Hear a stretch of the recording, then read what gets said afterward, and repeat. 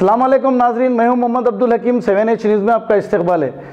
ज़िले निर्मल के खानापुर में गर्ल्स हॉस्टल में तालिबा दोपहर का खाना खाने के बाद अचानक से उसकी तबीयत बिगड़ गई। खानापुर के गवर्नमेंट हॉस्पिटल में शरीक कर दिया गया है। इस स्कूल के 120 तालिबा को पेट में दर्द हो रहा था और इन्हें खानापुर के हॉस्पिटल में शरीक किया गया है और 30 तलबा की तबीयत बहुत नाजुक है। आइए देखते हैं निर्मल से शेख परवेज की ये रिपोर्ट।